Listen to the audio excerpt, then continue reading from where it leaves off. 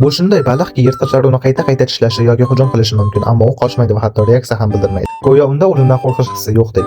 Bu baliq okean quyosh balig'i. Uni ko'pincha dunyodagi eng foydasiz baliq deb atashadi. Baliqchilar uni tutib olganlaridan keyin odatda yana okeanga qo'yib yuborishadi, chunki uning tanasi deyarli butunlay qalin suyaklar va qattiq teridan iborat. Deyarli 900 kilogramm atrofida vaznga ega bo'lgan quyosh balig'idan bor yo'g'i 45 kilogrammga yaqin yeyishli go'sht chiqadi. Buning ustiga uning tanasi parazitlar bilan qoplangan. Ulardan qutulish uchun quyosh balig'i okean yuzasida yon boshlab suzadi va quyosh nuri hamda dengiz qushlariga parazitlarni tozalashga imkon beradi. U deyarli butunlay himoyasiz, chunki uning haqiqiy dumi yo'q va tez suza olmaydi.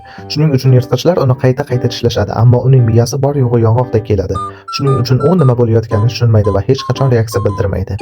G'ayritabiiy suyak tuzilishi tufayli uning og'zi deyarli doim ochiq turadi. U shunchaki suvda oqim bo'ylab harakatlanadi va ovqat o'zi og'ziga kirib qolishiga umid qiladi. Shunga qaramay, quyosh balig'i 45 million yildan ortiq vaqt davomida yashab kelmoqda, chunki bitta urg'ochi quyosh baliqlari bir vaqtning o'zida 300 milliondan ortiq tuxum qo'yishadi.